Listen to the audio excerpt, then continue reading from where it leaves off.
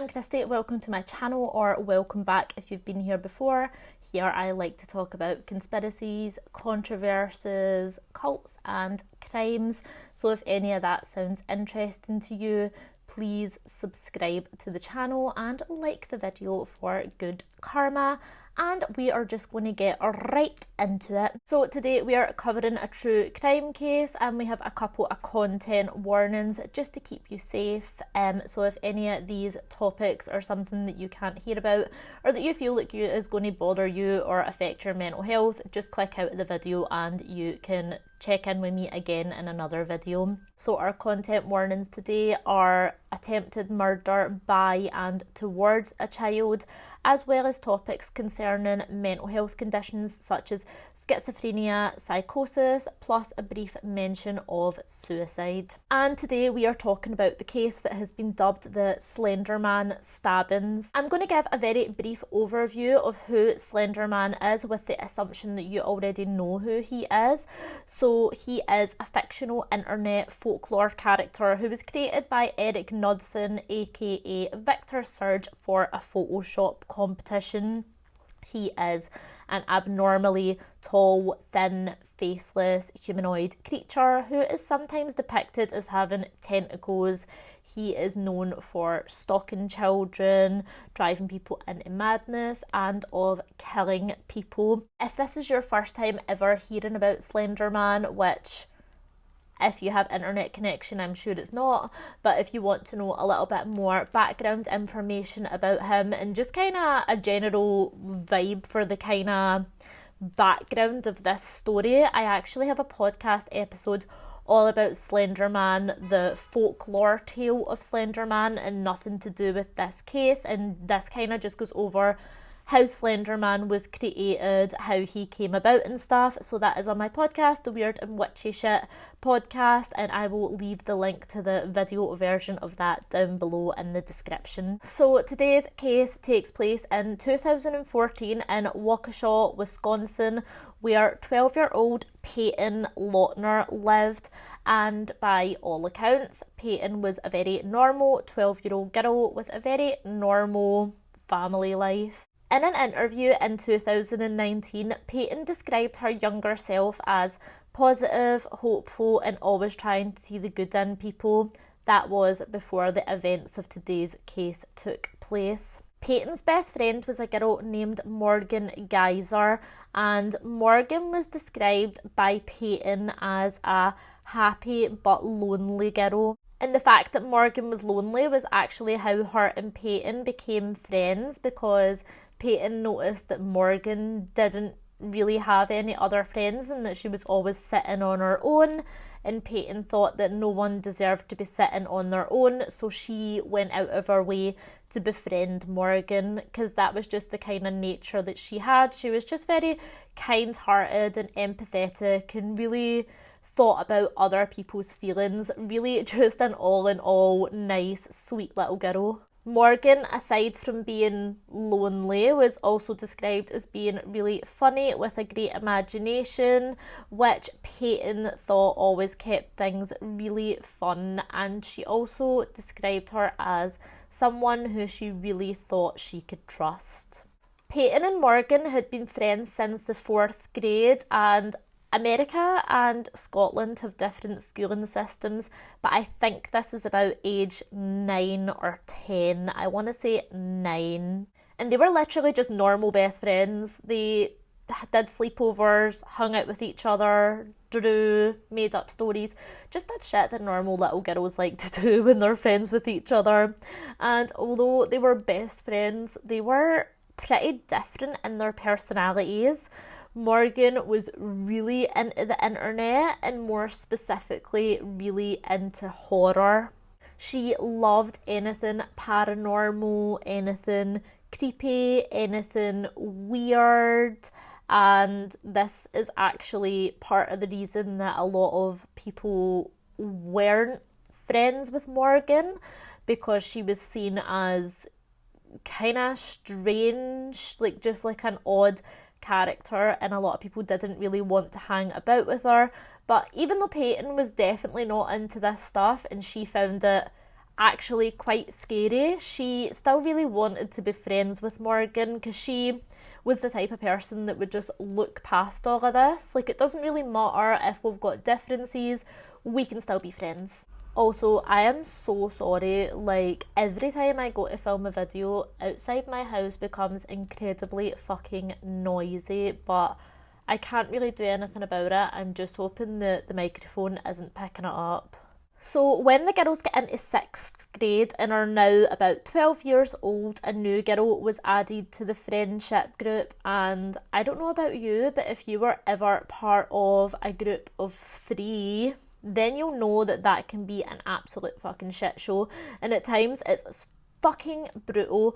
There is always one person left out, like whether it's like you and your mate being cliquey little bitches and leaving the third person out, and then the next day they're doing it to you, and it's okay when you're doing it to them, but when they're doing it to you, it's really shit, and it's honestly just horrible. I was part of a couple of like 3 groups when I was younger, and I have been on both ends of that, the one who's being a little bitch and the one who's left out completely, and actually both are pretty fucking horrible, but I think it's really, really common when you're young and in a group of 3 that 2 of you is just going to be a lot more closer, and as they say, 2's company, 3's a crowd. So this is where Anissa Weier, also 12-year-old, comes into the picture. It was actually Morgan who first introduced Anissa into the friend group. They lived in the same apartment building, so they actually like went to and from school together on the bus, and they shared a lot of the same interests. Morgan and Anissa were definitely more alike than what Morgan and Payton was. So they were more into dark, spooky, creepy, paranormal things, super into the internet, super into anything that some people would describe as a little weird. And I just want to say here that I don't think that like it's inherently bad to be curious about horror. I don't think that necessarily means that you are a weird or strange person. I love horror, I love true crime, but that doesn't necessarily make you a bad person.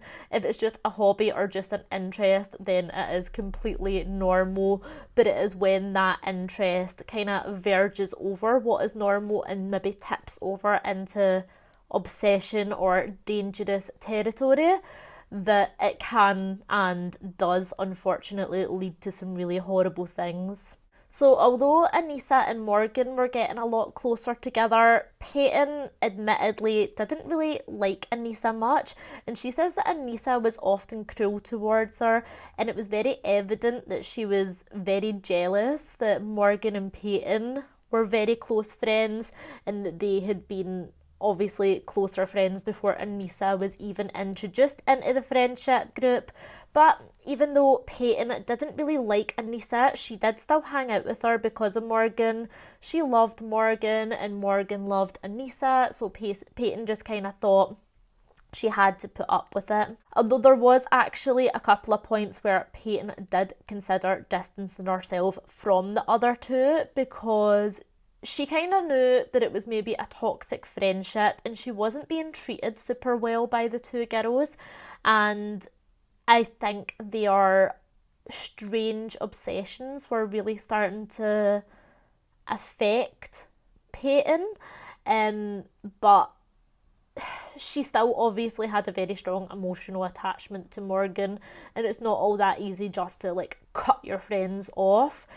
Even as an adult, like if you have friends who you think, or any relationship actually, that you think isn't a particularly good or healthy relationship for you, it's all good and well saying, oh, I'll just cut that person off, but it's actually never as easy as that. I think there also was a little bit of a guilt trip going on here. Like I says, Morgan didn't really have any friends, and I think she would kind of guilt Payton into being friends with her, and Payton being such a nice little girl, she didn't want to let anyone down and she didn't want to hurt anyone's feelings, so I think she felt a little bit obligated to stay friends with Morgan. So, like I said, Anissa and Morgan were both very into the internet and very into horror, and more specifically, very into Slenderman. And there got to a point in time where this normal interest did tip over and lead into a dark obsession. It started out with Anissa introducing Morgan to the Slenderman tale, and from there it just sort of spiraled out of control, and it wasn't anymore the case of just being curious or that kind of enjoyment and thrill that you get in being scared. The girls actually started to believe that Slenderman was real. And I just want to point out, he's not. He's a fictional character that was made up for a Photoshop competition. He is in no way, shape or form real. So the girls between them had sort of created this echo chamber where Slenderman was all they were talking about, all they were thinking about, all they were searching for on the internet. And when one of them would say something about Slenderman, the other one was confirming it, and this was kind of making their belief in Slenderman grow stronger and stronger and stronger all the time. And the more that they researched them on the internet, and there is a lot of information out there on Slenderman, so the more they were looking into this and the more they were researching him, the more this was just confirming to them that he was real, and they were really convincing themselves and each other of his existence. Payton, unlike the other girls, she didn't want anything to do with Slenderman, and she was actually massively freaked out by it, and even went and told her mum about Slenderman, and she was saying, listen, Morgan and Anissa are chatting about this fucking Slenderman. Can you tell me, is he actually real? And her mum researched him on the internet with Payton, and she confirmed, no, he's not real. He is just a made up story. So you've absolutely nothing to worry about. Payton also asked Morgan to stop talking about Slenderman all the time because it really was constant, and when she wasn't in person with her and she was talking about it, Morgan was also sending emails to Payton about Slenderman that was saying that Slenderman was going to get her during the night, that he was going to kill her in her sleep, and this was massively affecting Payton, where she actually had to sleep facing away from her window, and she was like truly terrified, and Morgan just was not letting up. In fact, Morgan found it pretty amusing that Payton was so terrified, and she was kind of getting this like weird kick and enjoyment out of terrifying her friend so much. Because, again, to Morgan and Anissa, Slenderman was very real. So there is some artwork that Morgan was drawing, which was maybe a sign of things to come. Pictures included that of Slenderman with writing saying things like, "You're a strange child and it will be of my use. He cannot be harmed and he still sees you." There was a lot of things about killing and death and murder in her notebook that she had. And actually, someone at the school noticed her with this notebook, and the school reported back to Morgan's parents, and her father actually knew about the notebook and told her not to take it to school with her. Obviously, you're not going to immediately jump to your kid is going to do something. I feel like as a parent, you're probably just going to think this is just a little bit of a weird phase that my kid is going through. But maybe there definitely was some warning signs, especially with this next part where Morgan had a list of supplies needed that included pepper spray, a map of the forest, cheesecake for some reason, the will to live, weapons, and in brackets, kitchen knife, flashlights, and she also had a Barbie doll that had fake stab and slash marks drawn all over her. And again, a lot of kids do a lot of weird shit with their toys, but it would be, for me personally, raising a couple of red flags. Morgan's mother did also say that she had noticed for Morgan's whole life pretty much that she had a real trouble with connecting to other people's feelings, and she didn't really have empathy the way that she felt like other children were developing empathy. And one example of this was when they were watching Bambi when she was little, and she was really worried that, obviously, you know, spoiler alert, when the mum died, which is fucking heartbreaking, she was worried that this was obviously going to like fuck Morgan up, because like I feel like that fucks every kid up when the mum dies. But Morgan wasn't affected by the fact that Bambi's mum had died. Instead, she was shouting at the TV, "Run, Bambi, run, save yourself," which...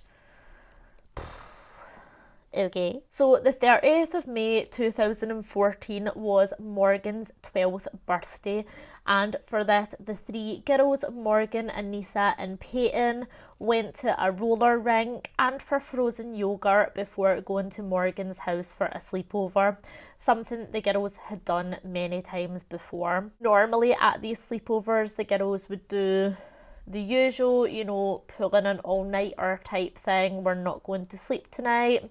But this night it was a little bit strange because they got in and Morgan says that she just wanted to go right to bed, and Anissa was like, yeah, let's go right to bed, which Payton thought was weird, obviously, but she was just like, okay. So they all went to bed and they all went to sleep. Later on, this was after today's crime was committed, Anissa and Morgan actually confessed that the reason that they went to their bed so early is because they had planned to murder Payton in her sleep because they wanted to sacrifice her as Slender Man. So, one of the stories surrounding Slender Man is that he often has proxies, and a proxy is basically your little minion who's going to do all your bidding for you, or in the case of Slender Man, murder people and seek out victims for them. And it was of belief to the girls that if they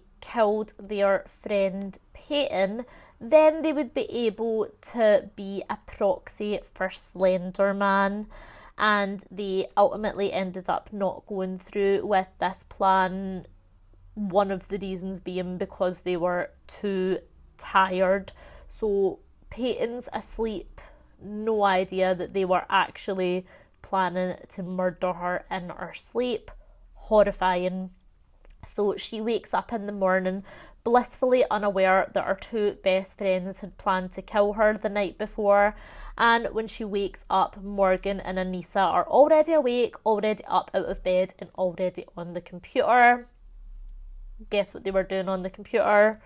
And they kind of just like got on with their morning from there. They had donuts for breakfast because they were still celebrating Morgan's birthday, and then Morgan suggested to the group that they all go to the park to hang out. So normally they weren't allowed to go to this park without adult supervision, but Morgan's mum let them because it was like Morgan's birthday day, and she thought if the three of them are all together, then you know what, they'll be safe, they'll be together, it'll be fine. So she let them go unsupervised as long as they all kind of looked after each other. So Morgan's mum drives them to the park, and after a little while, Anissa suggests that they go into the woods for a game of hide and seek, to which they agree and they make their way into the woods. When they get there, they start the game and it's Morgan's turn to count. So Payton and Anissa go and hide, and Anissa tells Payton that she'll help her with a really good hiding spot, and that if Payton lays down on the ground, she'll cover her up with leaves and sticks and other woodland items so that Morgan won't see her, so that when she's done counting, she'll just walk on by Payton and not even notice her because she's bundled up under all these leaves and shit. So Payton's laying on the ground covered with leaves, so she can't see what's going on around her, and she's just waiting for Morgan to come and find her. But all of a sudden, Payton feels someone jumping on top of her and pinning her down. and she realizes that it's Anissa, and she's trying to get up, but she can't get up. She's totally blindsided by this, and Anissa's literally on top of her. It is then that Morgan, Payton's so-called best friend, goes into her backpack, pulls out a 5-inch kitchen knife. Anissa then tells Morgan to go ballistic, and she did. Morgan said, "Don't be afraid, I'm only a little kitty cat," and jumped on top of Payton before starting a frenzied attack on her, stabbing her 19 times.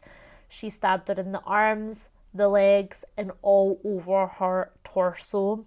Just to pause for a second and to say that the "don't worry, I'm just a little kitty cat" line was said because this was going to be Morgan's kind of murderous proxy alias when she was one of Slenderman's proxies. She planned on drawing cat whiskers on her, and that was going to be like her little murderous line, I guess. So Payton has been stabbed 19 times. 2 of these stab wounds were in major organs. One stab actually missed one of the major arteries in her heart by less than a millimetre, and the other one went through her diaphragm, piercing her liver and her stomach. Morgan and Anissa told Payton that they were going to get her help before running off, and the last things that they heard Payton saying was that she hated them and that she trusted them. Payton says that she doesn't remember much of her attack and is thankful for that, but she remembers the feeling that she felt when the trust that she had in her best friend had been broken, and the feeling of knowing that they were going to leave her there to die and that they were not going to go and get her help. And she was right not to believe them because they had absolutely no intention of going to get her help. And listen, what happens next is actually fucking insane. So Payton is 12 years old. She's just been stabbed 19 times all over her body and she's bleeding out. But she knows that her so-called fucking friends aren't going to get her any help. And she also knows that if she stays in the woods out of the way, she's never going to be found, and it's more than likely that she's going to die. So she actually manages to pull together the strength to lift herself up and make her way out of the woods by using trees and shit to hold on to help her make her way up. And she does this until she gets out of the woods and into a patch of, like, a grassy patch where she can just lay down and hope for the best that somebody comes and finds her. This grassy area was at the end of a place called Big Bend Road. I think it's Big Bend Road. For some reason I wrote Bug Bend Road, but that doesn't sound right. And this was kind of more out in the open than obviously what the wooded area was. So she was just laying there hoping that someone would come and get her. And by this point, her vision wasn't really working, so she says that she thinks that it was just her body trying to put all its energy into keeping her alive, and instead of seeing, because that wasn't really the body's main priority at this moment, we can see later, let's just put all our effort into breathing here. And luckily, a cyclist happened to be going by and sees Payton lying there on the ground and phones 911. So the police and an ambulance came pretty quickly and took her to hospital. In the hospital, Payton remembers seeing her mum while the nurses counting her wounds. Her mum told her that everything was going to be okay and she was going to be fine, but she could clearly see that she was in a bad way. And I honestly don't know how Payton's mum must have felt at this point, to see your kid lying there having been stabbed 19 times and in such a... she must have been so fucking scared, and the fucking anger and hatred that she must have felt as well towards Morgan and Payton. Listen, if someone hurts your kid, it doesn't matter who it is, if they're a kid themselves, oh my god, I I don't think if that was me I would be able to control my actions. So Payton in the hospital had to go through 6 hours of emergency life-saving surgery for her wounds, and doctors said that if the knife wound that was at her heart had been the width of a human hair deeper, she would definitely have died, which just thank God she's okay. When Payton woke up from her surgery, the first thing that she thought of was her attackers and if they had been caught, or if they were still out there, and even scarier, if they were near her. She also had to write on a whiteboard to communicate with her mum and with the police, because she had a breathing tube in her lungs, and there was for a little while there that she actually couldn't breathe on her own, probably because of the stab in her diaphragm. Aside from the physical recovery, the attack was obviously deeply psychologically damaging for Payton, and she was so afraid that she had to sleep in bed with her mum because she didn't want to be alone. And even now she sleeps with a pair of broken scissors underneath her pillow at night, just in case she needs them. It's so sad. Like, I actually can't even imagine I just can't imagine what that must be like for a 12-year-old to go through that. Like, I think as an adult, I don't know how I would emotionally cope with that. So as a kid, like, I just don't know how she's done it. Payton says that when she heard that the reason that her friends turned on her and tried to kill her was to appease Slenderman, that she wasn't surprised. After I heard why she did it, I was like, well, this doesn't surprise me at all, because she believed so hard in this thing that she would do anything for it. So you're probably wondering what actually happened to Morgan and Anissa after they attacked Payton. Well, the police had actually already taken both of them into custody. They were spotted 5 miles away from the scene of the crime, walking about covered in blood. Like, they had made no attempt to clean themselves up or to not look suspicious or anything. 2 little girls walking around the street covered in blood. Quite suspicious. So when the police pull them over, the girls tell them that they're on their way to I can't remember the name of the national park. I've not wrote it down for some reason. I will put it on the screen. And the reason that they were on their way to this national park is because they believed that Slenderman lived there in the Slender Mansion, and this is where they would go and see Slenderman and then become his proxies. Anyway, the police obviously find the bloody knife and stuff on them and take them into police custody. And right away, both girls did not try and hide the truth. They both admitted that they tried to kill Payton. Anissa right away started talking about Slenderman, and it took Morgan a little more time to get to chatting about Slenderman, but ultimately they were both pretty open in what they had done. So they explained that they were killing Payton so that they would become a proxy for Slenderman. So they believed that if they killed their friends and murder on his behalf, that they could, well, their reasoning is pretty cloudy. So I think there was a big part of it that they really wanted to become proxies for Slenderman.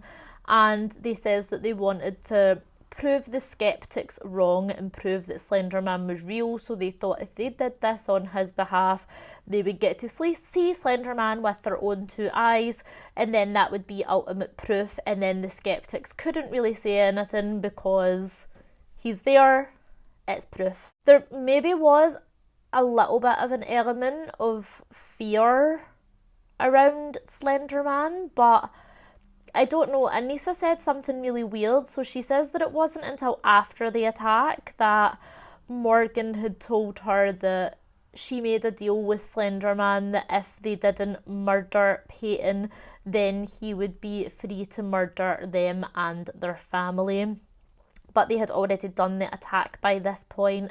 So maybe there was a small element of fear there, but in my opinion, fear wasn't the driving force. They also revealed to the police that the night before they had actually intended to kill her in her sleep at the sleepover, and they were going to slit her throat that night, but ultimately they changed their minds. They also revealed that they had a plan to kill her in the public bathroom of the park by knocking her unconscious before killing her, but they then realised it wasn't as easy as they thought to knock someone out.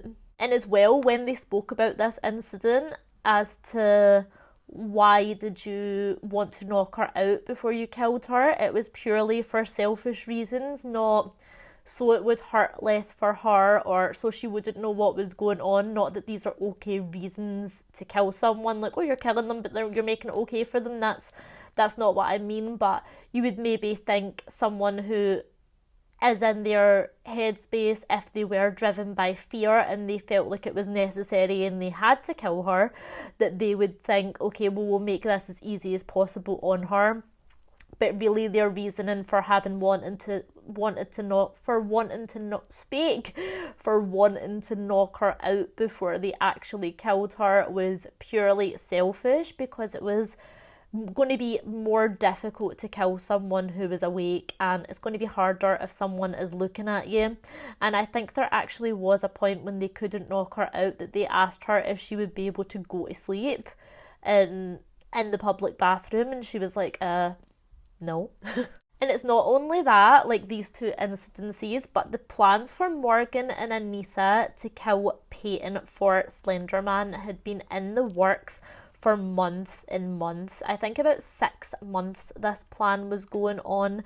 They were scheming and planning behind her back. They were hanging out with her and pretending to be her friend, all while knowing that they were eventually going to murder her. A quote from Morgan said, "You have no idea how difficult it was not to tell anyone. It was a flawless plan, actually." Police were convinced that Morgan was the one who was behind all of this and that Anissa was just going along with whatever Morgan said. It's even believed that had Anissa never met Morgan, she would have never committed any crime like this. And like I said, the plans for murder had been ongoing for 6 months, which means that Morgan and Anissa had really only been like building their friendship together for about 2 months before they started plotting a murder together. And it's, I don't know. You do find this a lot in true crime cases, that sometimes it's just a real toxic combination of two people getting together that just kind of sparks something within them that creates this almost horrible concoction, whereas like if the people had been separate, they might never have ended up like that. It's a really weird thing that I kind of notice time and time again in true crime cases. A big reason that they believed that Morgan was the driving force behind the crime was that obviously she's the one that actually done the stabbing.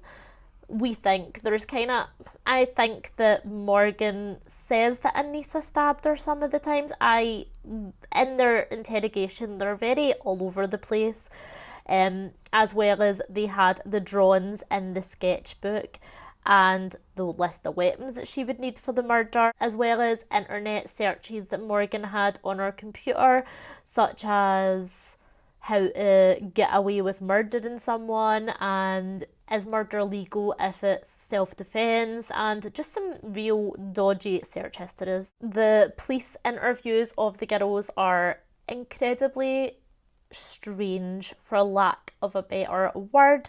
It was obvious that they really did not understand the magnitude of what they had done. Like, for instance, one of the first things that Anissa asks the interrogator is, "Can you tell me how far it is that I walked? Because normally I'm not that athletic, so I would like to know how far it was that I walked."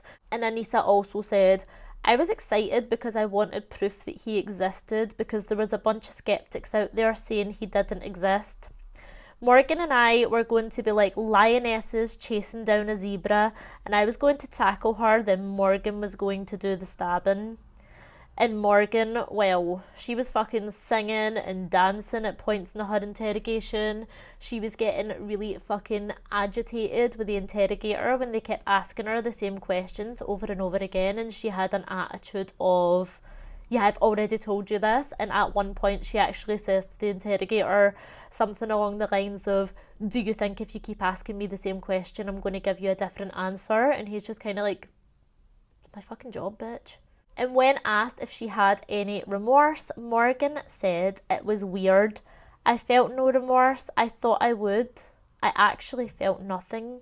If you want to watch the full police interrogation, my favourite YouTube channel to watch this stuff on is Explore With Us. I think it's like a 2.5, 3 hour long video that he has on there, and I will link that down below because I also really like his commentary on that too. So, even though both of the girls were only 12 at the time that they committed this crime, due to the nature of the crime, they were actually tried as adults instead of as juveniles. And I really don't know how I feel about this, actually. So I'd like to know what other people think. Because on one hand, what they did was absolutely fucking horrific, and the fact that they plotted it out for literally 6 fucking months. It's not like it was just like a spur of the moment thing. I'm like, yeah, okay, like they can be tried as adults, but then on the other hand, I'm like, but they're not adults, they're only 12, and is that not why we have an adult court and a juvenile court, so that we can separate the two of them? So I really don't know. I don't know. I dare say if Payton was my daughter, I would want those fuckers, like, fucking tried as adults. I would want them, like, hung, drawn and quartered. But I don't really know how I feel about that. I feel like we do have juvenile court for a reason. In 2017, Anissa pleaded guilty to being party to attempted second-degree homicide, but a jury actually found her not guilty by mental disease or defect, and she was sentenced to 25 years to life, involving at least 3 years locked in confinement and involuntary treatment in a state psychiatric institute, followed by communal supervision until age 37. So in September of 2021, Anissa at age 19 was actually released, but there was multiple stipulations in place, including 24-hour GPS monitoring. She's not allowed to leave Waukesha County without permission. Her internet usage is monitored. She's not allowed any form of social media. It's mandatory that she takes medication and attends regular counselling sessions, and she's required to live with her father until her probationary period is over, and I believe this is in place until she is 37 years old.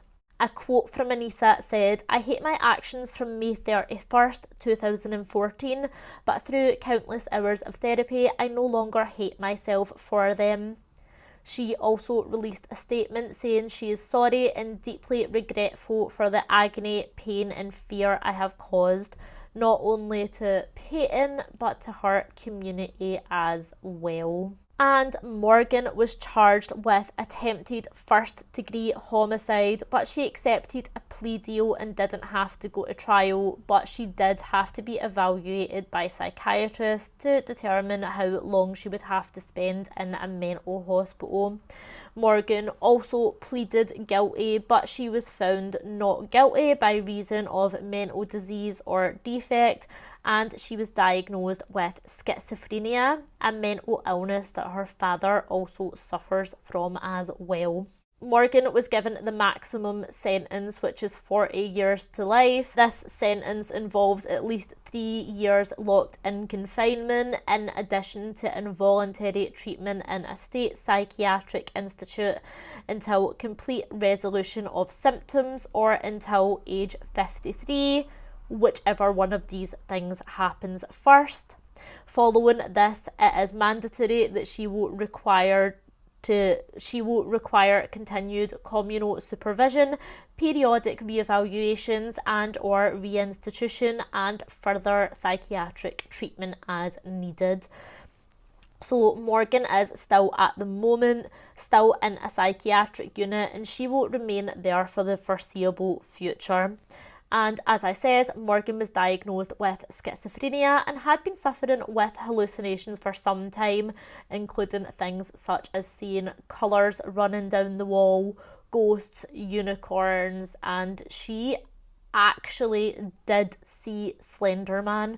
So Morgan did fully believe that Slenderman was real and believed that he was actually after her and her family, and she believed that she actually did have to kill her friend in order to save herself and her family and to go and live with Slenderman because she was mentally ill. And to only be 12 years old and suffering from such a severe mental illness, I do actually have a lot of empathy for Morgan. I don't agree with what she'd done. I think it was like a really obviously horrible thing to do, but she was only a little girl suffering with schizophrenia, so for that I do have a lot of empathy for her. I think it's awful for everyone involved, and I think her being in a psychiatric unit is definitely what's best for everyone, including herself. Hopefully she can do a lot of healing while she's in the psychiatric unit, and it's just a shame that, yeah, like her symptoms weren't picked up on sooner, or I don't know, maybe if she'd had, I think the only way to treat schizophrenia is through medication. It's just, maybe her life and Payton's life and Anissa's life could all have been very different had this been picked up on and treated a little bit sooner, but coulda, woulda, shoulda. Some psychiatrists believe that Morgan and Anissa were suffering from shared psychosis, or folie à deux, which translates to madness of two, which is an extremely, extremely rare condition where two or more people share the same delusions and they actually believe the same thing. So obviously normally you'll know with like psychosis and delusions, normally it's just one person seeing the things and the people around them, like their friends and family, know that those things aren't true. Well, with folie à deux, it can actually, many people can share the same delusion. I've seen this a couple of times with what are them, the two sisters who like ran out on the motorway, Sabrina and something Erickson, and then the Trump family as well, where they, like 5 of them, all suffered from the same delusions. So when experts did say that they believed that Anissa might never have committed a crime if her and Morgan never met, that might well be true. Morgan possibly was seeing Slenderman because of her schizophrenia, and Anissa was sharing her symptoms. So it was very real for both of the girls, and I do wish them both healing and health. Payton is now doing really well, and she says that the trauma of these events have shaped who she is as a person, but she wants to just put it all behind her and move on with her life.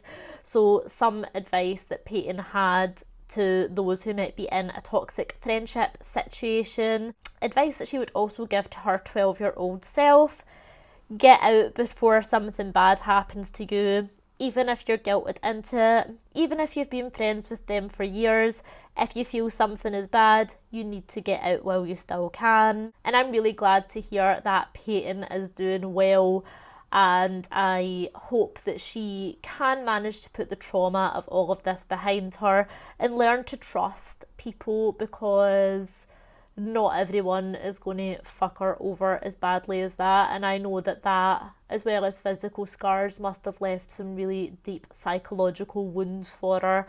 And I wish nothing but the best for Payton, and think that she is an incredibly strong person for managing to get through all of this at such a young age, because like I said, I'm not even sure as an adult that I would be capable of doing that. So some final thoughts and opinions. I know that a lot of blame will be going on the parents for not having noticed this. And I think it is quite easy to think, how could you not notice that your kid has schizophrenia, especially when their dad also has schizophrenia, because Morgan's dad had been in and out of mental hospitals for some years. And I think there even was a point where at school one of the teachers had said that Morgan had been speaking to herself and was showing some worrying behaviour. So I think it could be very easy to blame Anissa and Morgan's parents. And yes, I can definitely see that point. But you just don't know the ins and outs of people's lives is the thing. And I think they are probably already like torturing themselves pretty badly for not having picked up on some of this stuff. So I really think blaming people, yeah, I don't know how helpful it is to point the finger at people. I do think that parents probably... Baby? Look at that smile. Hello, baby. Hello. Hello. Ugh, nae show the foot punch. Hello, bad dog. Did you sense that this was an intense story and yous were coming through to lighten the mood? Thank you. I do think that parents probably should be monitoring their kids' internet search history a lot closer than what most do, but I'm definitely not judging, because as a parent myself, I know that you definitely can't control what your kids are doing most of the time, and when they reach a certain age, they're pretty much going to do what they're going to do, and all you can do is kind of guide them in the right direction. Yeah, and one other really sad thing that I find about the case is that I think schizophrenia is already so... what's the word I'm looking for? So stigmatized, actually, as, oh my god, you have schizophrenia, you're a dangerous person, when that's actually not the case. Yes, some people with schizophrenia do murder people or do attempt to murder people, just as people who don't have schizophrenia also murder people and attempt to murder people. Just because you have schizophrenia doesn't necessarily make you a bad person. Just because you have any mental illness doesn't necessarily make you a bad person. As with mentally ill people and mentally sane people, mentally ill people and non-mentally ill people, there's a whole spectrum between good people, bad people, and everything in between. People who are capable of murder, people who are not capable of murder, and everything in between. So I would never want anything from this case to be seen as an attack on anyone with schizophrenia, because just because you have mental illness does not mean that you are a bad person. And like I said, I think we can all just send our well wishes to Payton and hope that she makes a full recovery from this. If you have enjoyed the video, please give it a like, because that helps with engagement. Comment down below something nice, because that also helps with engagement. And subscribe to the channel if you would like to see more. I'm making an effort to post more frequently on this page, and I will see you in the next one. Bye.